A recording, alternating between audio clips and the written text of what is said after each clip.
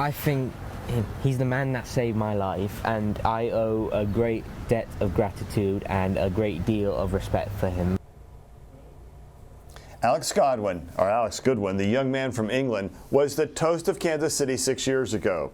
He's back for treatment, and we're going to show you how he's doing today. Good morning. It's Wednesday, March the 8th. I'm Dr. Steve Stites, Chief Medical Officer of the University of Kansas Health System, and welcome back to Open Mics with Dr. Stites. Back in 2017, Alex Goodwin became an instant celebrity when he and his family made the 4,200-mile journey to Kansas. Well, they're back and with us live today, along with the doctor Alex credits for saving his life. We're going to catch up with all of them in just a moment to find out how Alex's unique treatment for bone cancer has gone and what's next. First, let's do some morning rounds. We're getting our first look at a brand new SUV, I want this car by the way, that will be rushing doctors to the scenes of emergencies. That means patients who are having the worst day of their life can get the best possible care started before they get into an ambulance. That's right, doctors going to the scene. You know, we're kind of like making house calls again. Well, let's meet two doctors who will be responding to emergencies in this SUV. Dr. Bryan Beaver is the head of the EMS and Disaster Medicine Fellowship Program. Okay, that means it's a training program for people who want to participate in this kind of work. And Dr. Briggs is going through that EMS and Disaster Fellowship. They're here to show us what the EMS Physician Response Vehicle, okay, we got to find a faster way to say that, folks. EPRV, the EPRV. Tell us about this thing. What kind of emergencies do you guys respond to? Absolutely. Thanks for having us, Dr. Stites. And you can say KU Med 1 for shorter. So we'll respond to anything and everything. Like yeah. All right. There you go. KU Med 1 will be our radio call sign. So anything and everything we can respond to. Primarily anytime EMS needs us for something that would be a physician level skill that they're not able to do. But we also work so closely with EMS that we're available anytime they need us for anything. If we happen to be the closest in the area, we may go ahead and respond. So how do you know when and where? It's like which accidents to go to, because there are a lot of accidents. You can't be everywhere at once. Yeah, you're absolutely right. So there are a couple of ways that EMS can request for us to go to a scene. All of the local EMS agencies have a medical director that they can contact, and we provide that medical direction for several of the agencies within the Kansas City region, and so that they can reach their medical director to request us, or they can radio for us the same way that they would dispatch any unit, the same way they would call for an ambulance or a fire truck by requesting KU Med 1 on the radio. Okay, so does your siren really work, and do you get to turn it on? Yes. Yes, it does. Yes, it does. It is very loud. And who gets to drive? So both Dr. Beaver and I are insurance to drive this vehicle, so we get to take it out and respond to calls. But we are also able to take other learners with us. So we have several emergency medicine residents who could ride along, or other interested faculty or staff from anywhere within the health system. Well, if you ever need a driver, just let me know. I'm available. So now what are you able to do at the scene that a paramedic can't do? Yeah, we're able to do quite a bit, and we can actually squeeze around here. So we carry, you know, the basic equipment that we need if we're first on scene for something, but then we also carry specialized equipment. So for things like if there were an entrapment that needed a field amputation, or, you know, heaven forbid, a perimortem C-section, we're also available for things like mass casualty incidents, where we could actually triage, treat on scene, and clear people from the scene, keep them from having to come to an already overwhelmed, you know, potentially health system. Paramedics are very skilled. They're able to do a lot of procedures, but all of those procedures fall within protocols that are written by the medical director, who is a physician working with them. And sometimes patient presentations fall outside of their protocols, and they need physician oversight to help them decide what the next thing to do for the patient should be. So do they wait until the paramedics get to the scene and then they call you? Because that seems like a delay. Or do they kind of get a sense before and they say, hey, we need you available right now, come on, let's go? Yeah. There's a mix of both. So 911 dispatching, when a patient calls 911, is able to screen for a lot of patient complaints and presentations to decide what level of an emergency that patient is experiencing. And those people are highly trained and skilled and can tell just from the chief complaint over a phone call how much care that patient might need and what units they should call for, including for us sometimes. Wow, so what's the furthest one you've gone to? Oh, I mean, we can respond really anywhere on the Kansas side of the metro. I mean, out to the edges of kind of Bonner Springs and Edwardsville, all the way to the southern end of Johnson County. So really Johnson County, Kansas City, Kansas, Bonner Springs, Edwardsville, any of those places we can respond. All right, well, I'd love to sit here and talk with you guys longer, but Dr. Beaver, you look like you're a little cold out there. You got your hands in your pockets, you're kind of chilling. Yes. It is a little chilly. That's why we keep the extra gear so we can stay warm once in a while. I bet. And you're ready to get in that car, turn on, let's go. How many, do you guys go a lot? I mean, every day, once a week? How often are you out there? Yeah, multiple times a week. We are out and about. We're available 24/7. One of us is available to respond at any time, but multiple days a week we're out there. Yeah. The health system has a total of 3 EMS physicians, and so we are available for all the patients in the area. That is remarkable. Thank you very much. I can't wait for my ride in KU Med 1, and that is a service unlike any other, and I think really a great thing to do for people who are, suffering at the scene of an accident or some other problem where they need that kind of response time. So thank you so much for the great work y'all are doing. Absolutely. Anytime. We're happy to have you, give you a ride. All right. 6 years ago, Alex Goodwin was a 9-year-old boy from the United Kingdom with a cancerous leg bone. He couldn't get the treatment he needed at home, but found a doctor at the University of Kansas Cancer Center who knew just what to do. Alex's journey made him a media sensation both here and around the world. Here's how Jessica Lovell covered Alex's story for us, which began back in 2017. It's so rough that sometimes I feel like my dreams shatter up into tiny pieces. It's so hard on me. At just 9 years old, Alex Goodwin was in the fight of his life after being diagnosed with bone cancer. He underwent chemotherapy treatments, which were not enough to kill the cancer. Alex had a cancer, a very rare cancer actually, called a Ewing sarcoma. It involved the entire femur, the entire thigh bone, all the way from the hip all the way down to the knee. That's when Alex and his parents traveled from the UK to receive life-saving treatment here at the University of Kansas Cancer Center, where Dr. Howard Rosenthal replaced Alex's existing bone with a grower bone. And then we put in a non-invasive growing or expandable prosthesis. This is an artificial femur. This technology allows doctors to adjust the prosthesis non-invasively to grow as Alex grows. Now, nearly 2 years after the procedure, Alex has his spirit and his hair back. I think it's great. I used to be like Dad's hair, but now it's a lot straighter. The ultimate goal is obviously to get him walking independently again, which is completely polar, apart from where we were when we were worried that we weren't even going to save his life. So it's amazing. And it is hard to watch for me as a parent, for my husband as well, but it has to be done. That is the only way. There's no point having a new leg if he's not going to use it. Finally, up and out of his wheelchair, Alex was able to show Dr. Rosenthal how he is starting to walk even without crutches. Down, push down hard. He's a champion. He made it through. His disposition is always amazing. We come out of seeing him and always have a smile on our face. I just want to have a normal life like everybody else when this is all over and I can walk. And I won't feel like I don't have a mechanical bone. I'll just feel like I have a normal human bone. Dr. Rosenthal seems to be happy with what we've done, so we are going to step it up again and continue, because at the end of the day, he's got to run down that beach one day. It's a big dream. Wow. All right, joining us live from here in the Metro is 15-year-old Alex Goodwin and his dad, Jeffrey. And with us in the studio is Dr. Howard Rosenthal, the orthopedic surgical oncologist who performed this procedure here at the University of Kansas Cancer Center. Alex, all right, talk to us. Have you taken that run on the beach that your mom mentioned yet? Yep, I have. We've recently moved down to the south of England, down in Dorset. We live near the beach, and I've finally been able to achieve that dream of running down it. And it's more of a walk, really, but at least we're on the beach. Well, yeah. Thank you for letting us join you today. Well, that is awesome. And can I just say, Alex, your voice is a little deeper than it was on the video. How long has it been since the video was shot, man?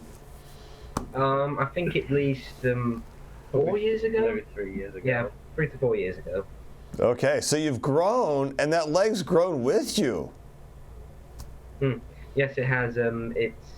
So what's happened is, as Dr. Rosenthal will probably mention, it's reached its limit now with the bone extension, and we were supposed to be having a surgery. Oh yeah, sorry. It's okay. So yeah, we were coming back periodically to Kansas for the extensions, which were by a magnet process. So it has grown with him, but unfortunately, as you can see, he's rapidly accelerated in growth and in his tone of voice. That's pretty cool. So now we saw you struggling to walk a little bit. It sounds like you're walking better for your walking on the beach. Yeah, I would say that. Yeah. Well, that's great. It was 6. Sorry, go on, sir. Okay. You go ahead, sir. No, I was just going to say, so his walking has improved significantly. At first, obviously, he was struggling just to make a few steps, and he was heavily reliant on walking aids, and occasionally he would have to go back into his wheelchair. But over the years since the surgery, he has rapidly improved, and with the physical therapy and the chiropractic work and the guidance from Dr. Rosenthal, he's managed to achieve what I feared may not be achievable, which is that he would be able to walk independently with very limited walking aid support, which is amazing. Yeah, Jeffrey, it was 6 years ago that Alex was first diagnosed back in your home in the UK. For our viewers who may not remember the details, can you take us through the brief history of how you found out about that and where things are today? Of course. So sadly, it started in Christmas 2015. Alex started to have pain, discomfort, and sadly he was misdiagnosed by the health system in the United Kingdom for 6 months. And by the time they finally discovered that he had this rare form of cancer called Ewing sarcoma, which you touched upon earlier in the report, they said sadly that they couldn't do anything for him. It had metastasized into his hips, and they would just make him comfortable until the end. Which is something that as a father I could never ever accept. So I took a huge process in hand, and we discovered KU, we discovered Kansas City and KU, and there was a glimmer of hope that there may be an opportunity for us to get the treatment that he needed there through the pioneering surgery that you guys were doing at the time, and Dr. Rosenthal was spearheading. So we managed to raise the funds to come over with a tremendous amount of support from people in the UK, people in the United States, and the rest of the world, really. And Alex had a social media account that we still use. He's got 44,000 followers on that social media account, where we passed the good news messages over. And we came over, and frankly, without putting too fine a point on it, you guys saved his life for me, and I'll be forever in your debt and truly grateful. So, Dr. Rosenthal, we saw in Jessica's story how you are using what's called a grower bone to help Alex.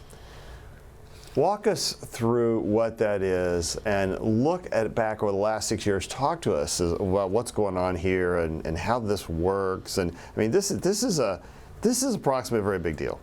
Yes, this is technology and the way we want to progress it.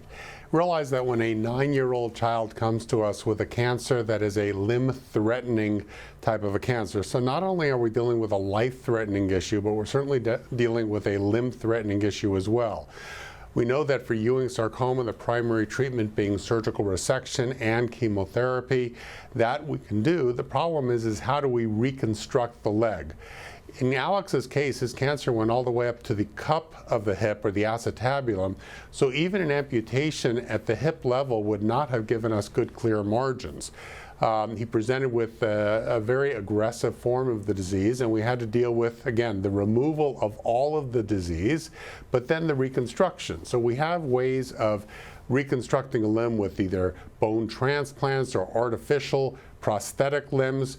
But the problem is you've got a 9-year-old child that's got several years and feet of growth to go. Metal and transplanted bones do not grow. So this prosthesis is what we call a non-invasive expandable prosthesis.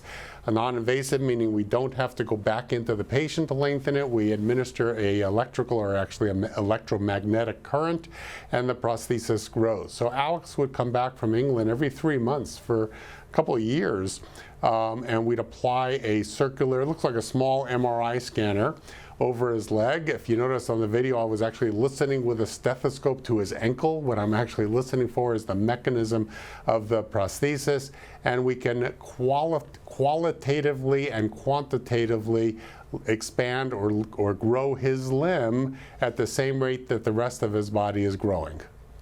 That is amazing to me. So is his cancer gone? So for Ewing sarcoma, the 5-year milestone, which he has well passed, he's at 6 years now, is that final milestone. So I don't like to ever say that you are completely cured of your cancer. We are always going to be diligent and watching, and we will be monitoring him for at least a decade, and in all honesty more, because I just like Alex and his dad. But as of now, he has reached that milestone where there is no evidence of cancer in his body.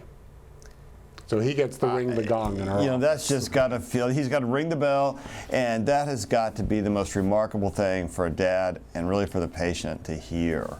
I mean, I just sit here, I get a little weepy about just thinking about that. So now that Alex is 15 and obviously has grown a lot, does the grower bone still keep up with him, or what's next?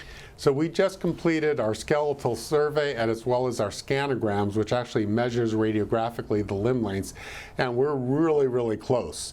The other side's growth plates are essentially closed, so we're pretty much where we are. And in the old days, when I say old days, when we're talking about this prosthesis, I could be talking about last week, certainly last year.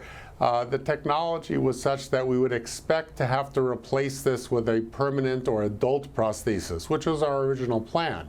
And I think Jeff remarked about that at this interview. However, we're finding, and I've been putting these in now for about 15 years, that these are lasting for a lot longer than we ever expected. So the plan is now, let Alex be Alex. I told Alex that we're going to go on, we're going to move from Alex's journey, his social media platform about his journey through cancer treatment, to being Alex, just being a regular kid who wants to do anything he wants. I mentioned in the office that in my mind, with the extent of disease and what he had, he hit a grand slam. But I told him I can't say that because he's British. So I told him he hit a century, which is a grand slam in cricket. You know, I was just going to ask him if he watches Ted Lasso and if he loves that show or not. And do you watch Ted Lasso, Alex? No, I don't. I've watched it, and I'm aware of it, yeah. Aware of it is not exactly a ringing endorsement. We love it here in the States. All right. Alex, you were still a little kid, right? You were a little kid back then, and now you are a young man. Do you remember what you first thought when you heard the word cancer? And then, what did you think when you had to hear you're going to go to America for treatment? And did you know where Kansas was? So let's start with the first part. Talk to us about the word cancer. Well, still to this day, I mean, I understand the basics of the disease, the fact that it's mutated DNA, not DNA, cells in the body. And how did you feel when you were told that you had cancer? Devastated. I mean, as usual, any little kid wouldn't really understand, but I understood that from my parents' perspective, it was really bad, and I just didn't know what to expect of me. And what did you think about having to go to America? It was nice. I would say, like, you know, with America, I've always situated the United Kingdom as my home, but it would be nice to visit other places outside of that that side of the country, or even that part of the world. So here, just be honest. Did you have any clue where Kansas was when they said we're going to go see Dr. Rosenthal? Pardon? Sorry? Oh, did you know where we were? I mean, Kansas City's right there in the middle of the country. It's kind of a long way from everywhere. No, at first I didn't know at all where it was, but I'm really happy that I came here. We've made some lifelong friendships here, and I'm forever in debt to Dr. Rosenthal and his amazing team for everything that they've done for me, and I just want to feel like I can help the city in a way, any way I can in the future. You know, I'll tell you, when you get those big hugs from patients like we saw early on in the video, there is nothing better because you know what a success that has been. Talk to us a little bit about what Dr. Rosenthal means to you. Well, he's a special person. He's very talented, a man of his craft, and overall just an amazing person, a joy to all his peers and he's a great teacher to all of his students, and overall an amazing friend to everyone he meets. So Dr. Rosenthal, seeing his success, that's got to mean a lot to you. Well, I actually have told Alex also, because I really do appreciate your words and I feel it, and I've always said that part of the success of being a cancer surgeon is the thank yous, which are truly different from a regular thank you that we get from normal everyday activities, but are truly heartfelt. But I've always said Alex has actually inspired me probably more than I inspired him. And I really appreciate that from both you and Alex, you and Jeff, your dad, who has truly shown us what family is all about. Those are good words. Alex, your dad wrote the first book about you called Alexander's Journey, and we understand you're going to write the sequel. You're very well known on social media.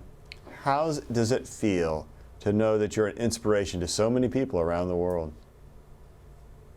I think it's definitely something to grasp. And I think the fact is I'm happy as a human being to help others feel the same joy that I felt when I was younger, and I'd like to continue that, like, you know, as you said, making the sequel to Alexander's Journey, like showing how the things have progressed over time, and overall just the amazing fact of making friends and enjoying life. Alexander's life. What is your life like today as a teenager, and where do you go from here? I have several plans in the future. I mean, thanks to my dad inspiring me, I'd like to become an author. I've got ideas in the works on, like, you know, a fiction story, and just to try and live life my own way, my way of living, and just enjoy the life and animals around me. Those are yes. Okay, I'm sure our viewers have some great questions for Alex and his dad and for Dr. Rosenthal. Get your sent in to us now on YouTube, Facebook, Twitter, and the Medical News Network. You'll find those links right here on your screen. Jessica Lovell will join us in a few moments with those questions. But now we're going to turn our attention to Dr. Dana Hawkinson, Hawkeye, Medical Director of Infection Prevention and Control. How are we doing today, Hawk? Hey, yeah, good. You know, Steve, we were down to 20 active infections in the hospital yesterday. We have seen some vacillation, but really have stayed in those mid-20s. So right now, 50 total in the hospital, but 25 active, 4 in the ICU, and 2 on the ventilator. So we're kind of just really staying steady. We are staying steady. So Hawkeye, though, we made a big change here at KU, and it started this morning. I want to let our viewers know about that. We are moving to take off masks inside the health system. Yeah. And let's talk about what that means. So we're still going to mask in patient care areas where the patients are at high risk, or if anybody's feeling ill, or if somebody just feels like they still want to wear masks. But otherwise, we're not requiring masks, even in patient encounters. You know, it's an interesting balance, and it sometimes is a hard question. There is patient safety, but patient safety can be defined both as a transmissible infectious disease, also our ability to communicate and see each other in full person. And I think there's always will be a balance, and we'll monitor this very carefully. If we don't really, and we've said this all along, because of masking, we haven't really transmitted COVID inside the hospital. We've watched that incredibly carefully. What we know, though, is that vaccination has made all the difference, right? Vaccination plus immunity gain through infection, but really stay safe, vaccination, because we know even with the current COVID, or the current SARS-CoV-2 variants, that vaccination really does protect you from becoming really critically ill. So what we know is that so many people have been vaccinated and or infected, and sometimes multiple times, plus therapy with Paxlovid and Remdesivir. We're in a better place in the pandemic. And our ability to truly see each other is important. And so we're striking that balance between trying to stay safe. So if you go to a transplant area, you go to the cancer program, you go to our cystic fibrosis program, masking. But if you're other patients here, and for our staff, we are unmasking in most of our patient care areas. Yeah, and we are still highly recommending it. And I don't want to speak for my infectious disease colleagues, but I have a feeling that most of us are still going to be wearing masks for some amount of time. I mean, it will take some time to get used to the change in policy for sure. But it is, it is safe, patient safe, employee safe, all of that. That is our biggest goal. So we do understand masking is still one of the most effective ways to stop the spread of diseases. Remember when we went into the freezer to demonstrate that, Steve? I do. It was a nice cold day, Hawk. Hey, there's a big breath cloud right there. But when we had our masks on, the breath cloud disappeared. So I'm with you, and I think we will have to keep a look at that mask. Man, you had a big breath cloud. What is that? Well, I don't know. I might have had some a lot of hot air, so I don't know. Some garlic or something. Maybe I had lunch. So I think at the end of the day, we will monitor this very carefully. And again, it is a balance we've waited to do. We've been trying to strike it carefully. We've followed and we've watched what's going on across the country around it. And what I can safely say is that I believe this is the right time to remove masks, even in healthcare settings, as long as we're very careful in monitoring and make sure we don't see any increased transmission from staff to patients. At the end of the day, that will force us to put masks right back on. Yeah, I think that's the important point, is we do reserve that right. And of course, there will be some areas where we will probably likely always go straight back to masking, like in the respiratory viral season, in the BMT units, possibly the transplant units. We were doing that prior to the pandemic, so that practice will not change as well. And certainly we will work in close conjunction with all of our care team providers to find those best practices. And we know if anybody's symptomatic, there's no choice. Put your mask on. Because you may have, who knows what virus to transmit, and there are a lot of sick people wandering our hallways. So if you're symptomatic, you still got to wear a mask. Absolutely. Okay. Here's a COVID headline we want to mention. According to the journal Nature, an antiviral called, I'm not going to say it, ensitrelvir? Yeah. Not bad. Shortened symptoms of mild to moderate COVID-19 by about a day. Yeah. And is the first drug to make a significant cut in the number of days people test positive for SARS-CoV-2. What do you think? Yeah, I think it's great. So first of all, this is a drug that has a similar action to what Paxlovid does. Right now, I think it's approved or maybe about to be approved in Japan. So it's not available here. We still need to do the research on it. But I think this study and this drug just lends more to the fact that we need to continue to have those resources put forward for research and development for this disease as well, and coming up with, second generation vaccines and better drugs to treat the infection, whether it's oral or IV. That is all going to be very important moving forward. This is one of those, and we'll kind of see where the rest of the study goes out, and what the data is and supports it. But I think anytime we can have more drugs to use for a disease, particularly for this disease, it's always going to be better. So I think we're optimistic that this will help. That this will help us, and we can use it in the future. Yeah, I agree. Yeah. All right, Jess, let's see if there's any reporter questions today. Not hearing any. We're going to You go. Yep, let's go. All right, let's get to, well, I've got a nice comment for Dr. Rosenthal. Your patient, Jan, I guess she saw you yesterday. She jumped on this morning and said that Dr. Rosenthal replaced my hip and femur damage with myeloma. She's 81 years old. She's doing really well and enjoying her great-grandchildren. So I think that's a big thank you to Dr. R, as she says. So just wanted to share that with you. Mm-hmm. We actually compared the number of grandchildren that each of us have, so it was a very pleasurable type of experience. Yeah, these types of prostheses or reconstruction options that we have now are truly remarkable, allowing patients to get back to normal lives with both their legs functioning well, and it's really gratifying to see. Yes, comparing grandchildren, that is a good sign. Question from Joe Ellen, and this is to Jeff and Alex, just wanting to know, have they made, I already know the answer to this, but have you made a lot of friends outside the medical community here in Kansas City? Have you been able to explore KC, and kind of what's your favorite thing? And I know it's the barbecue, I already know that answer. We've made a tremendous number of friends, haven't we? Yeah. Here, friends that we'll treasure for life now. But we've seen lots of interesting things here. The World War I Memorial is somewhere where we like to go, and you like the TWA Museum as well. Yes.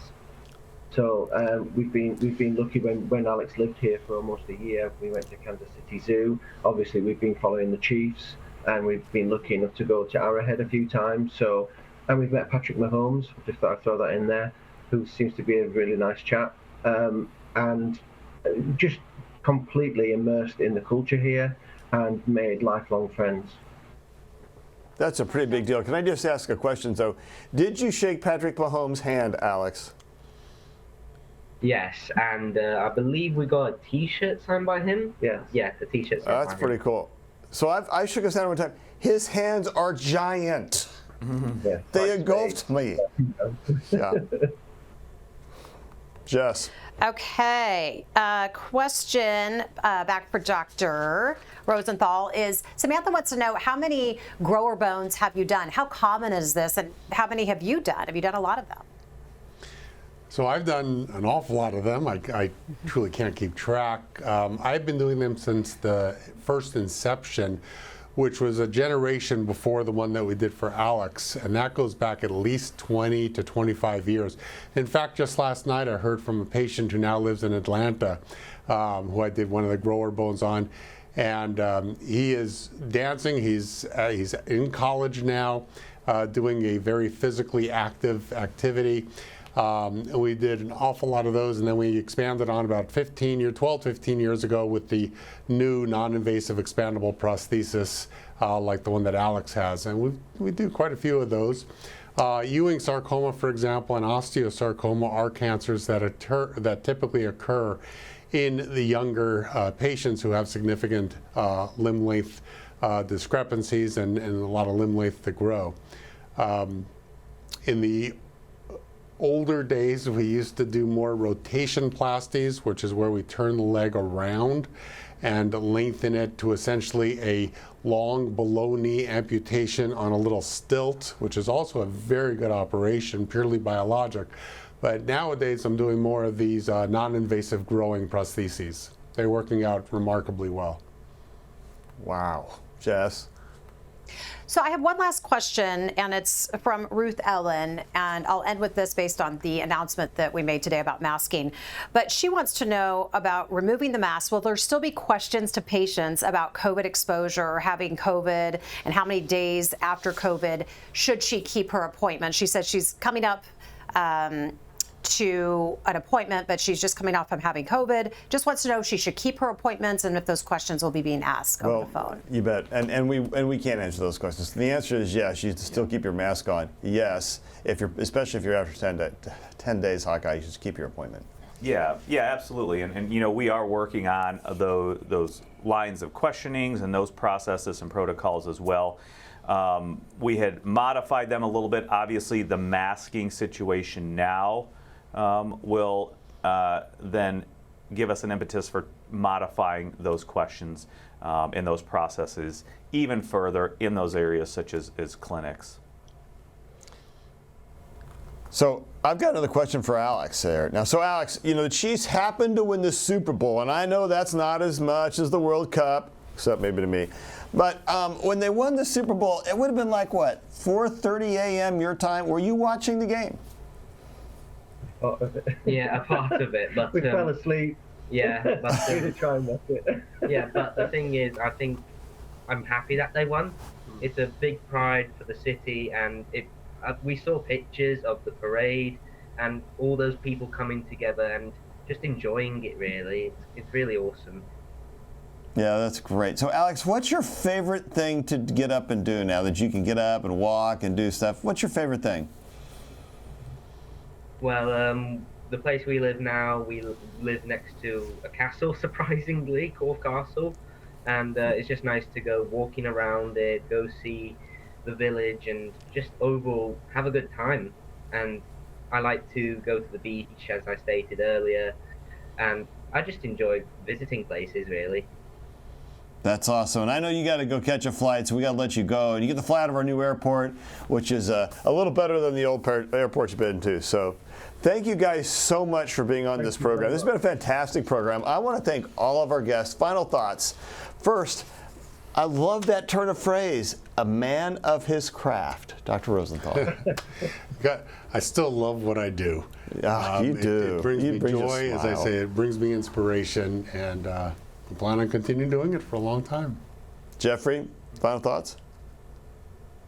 I think when I say that you saved my son's life, I don't say it lightly.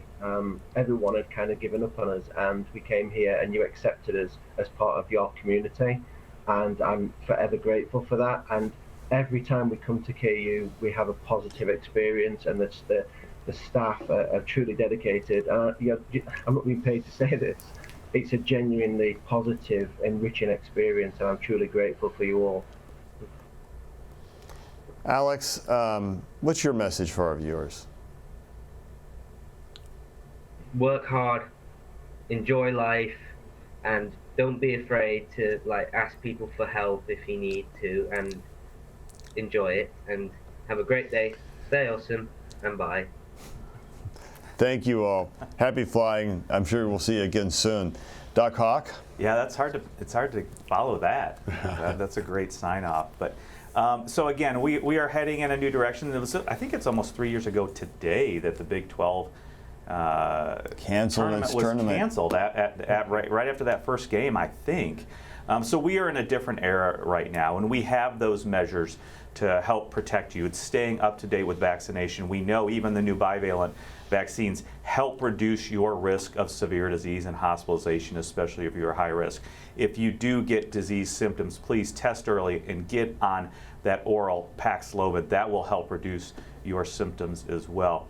You know, also those non-pharmaceutical interventions. There are plenty of other things out there that are trying to get us. So please continue to do adequate hand hygiene, frequent hand washing with soap and water, or the alcohol hand gel. And of course, if you do feel uncomfortable, it is always okay to mask still. We do see people who do mask, and Dr. Stites, you've known people who've worn masks forever because of certain conditions like immunosuppression. So it's always okay to do that, and just to understand your risks and keep yourself healthy. You know, I'm 63, prostate cancer, all that. You guys have heard that before. I still wear a mask when I feel a little at risk, and I think I'll still do that going forward. You know what I loved? What Alex said about community. At the end of the day, having a man of his craft and having a community is what we should all aspire to be.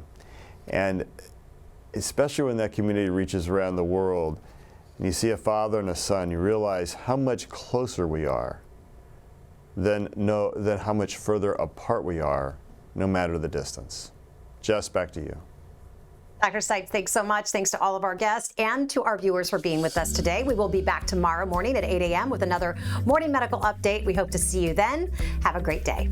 Coming up tomorrow on the Morning Medical Update. COVID-19 brought normal life to a standstill, but not life inside a hospital. I'm Jessica Lovell on the next Morning Medical Update. It's been 3 years since the first COVID patient arrived at the University of Kansas Health System. We look back at lessons learned and the very special connection between a COVID patient and his nurse. Thursday at 8. I'm Alexis Del Cid on the next All Things Heart. When I was about 50, I started having high blood pressure and started having high sugar readings in my blood. For 37 million people, type 2 diabetes is a real struggle. Are you one of them? The higher your blood sugar, the higher your risk of heart trouble. The steps you need to take right now to protect your heart, Thursday morning at 10. Subscribe to our Morning Medical Update and Open Mics with Dr. Stites podcasts. Now, everywhere podcasts are available.